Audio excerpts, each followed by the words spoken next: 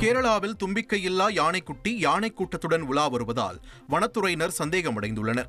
கேரள மாநிலம் திரிசூர் அதிரப்பள்ளியில் அடிக்கடி உலா வந்த தும்பிக்கையில்லா யானைக்குட்டி சில நாட்களாக வனத்துறை கண்களில் சிக்காமல் இருந்தது. இந்நிலையில் மீண்டும் தனது தாயுடன் தும்பிக்கை இல்லாத யானைக்குட்டி அதிரப்பள்ளி வனப்பகுதியில் சாலையை கடந்து பத்தாயர் வனப்பகுதிக்கு சென்றது. தொடர்ந்து குட்டி யானையை கண்காணிக்கும் வனத்துறையினர் தும்பிக்கையில்லா யானைக்குட்டி நலமுடன் இருப்பதாக தெரிவித்துள்ளனர்.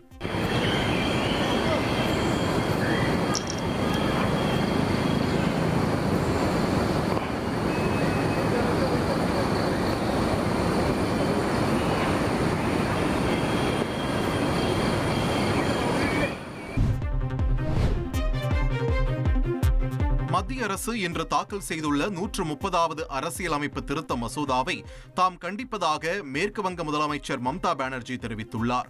ஊழல் அல்லது கடுமையான குற்றச்சாட்டுகளை எதிர்கொண்டு குறைந்தது 30 நாட்களுக்கு சிறை வைக்கப்பட்ட மத்திய அல்லது மாநில அமைச்சர்களை பதவியில் இருந்து நீக்குவதற்கான இந்த மசோதா இந்திய குடிமக்களின் வாக்குரிமையை நசுக்க நீதித்துறையின் சுதந்திரத்தை முடிவுக்கு கொண்டுவர விரும்பும் ஒன்று என்றும் இது இந்தியாவின் ஜனநாயக சகாப்தத்தை என்றென்றும் முடிவுக்கு கொண்டு வருவதற்கான ஒரு நடவடிக்கை என்றும் எமர்ஜென்சியை விடவும் மோசமான ஒரு நடவடிக்கை என்றும் அவர் விமர்சித்துள்ளார்.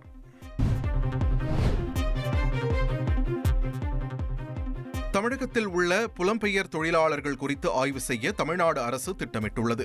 நாட்டின் பல்வேறு மாநிலங்களில் இருந்தும் புலம்பெயர்ந்து தமிழகம் வந்து பல்வேறு பகுதிகளில் வேலை செய்யும் சுமார் 35 லட்சம் தொழிலாளர்களின் தரவுகளை பதிவு செய்யவும், அடிப்படை வசதிகளான சுகாதாரம், தங்குமிடம், பணி செய்யும் தன்மை, பணியிடங்களில் பாதுகாப்பு, ஊதியம் ஆகியவற்றை ஆராய்ந்து தமிழக திட்டங்களில் சேர்ந்துள்ளார்களா அல்லது அவர்களது மாநிலங்களில் சேர்ந்துள்ளார்களா என்பதனை ஆய்வு செய்ய தமிழ்நாடு அரசு திட்டமிட்டுள்ளதாக அறிவித்துள்ளது.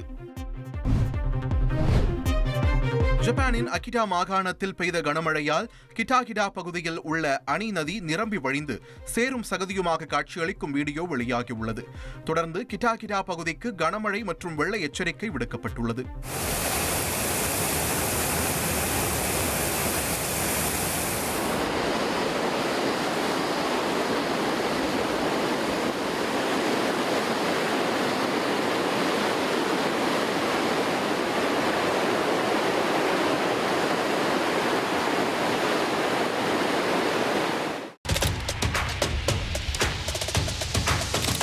அதிமுக்கிய விவரங்களை அனைவருக்கும் புரிய வைக்கும் பாட்காஸ்ட்.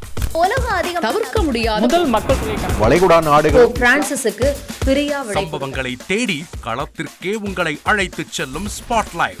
அங்க இருக்கக்கூடிய கள விவரங்கள் என்ன? அமலாக்கத்துறை கடந்த 5 வருஷமாவே சார் எனக்கு ரொம்ப பிடிக்கும் அவர் வர்றதுக்காக எங்களுடைய நியாயமான கோரிக்கை. Even at the cost of stopping பார்வையாளர்களையும் செய்திக்குள் பங்கெடுக்க செய்யும் மக்கள் குரல்.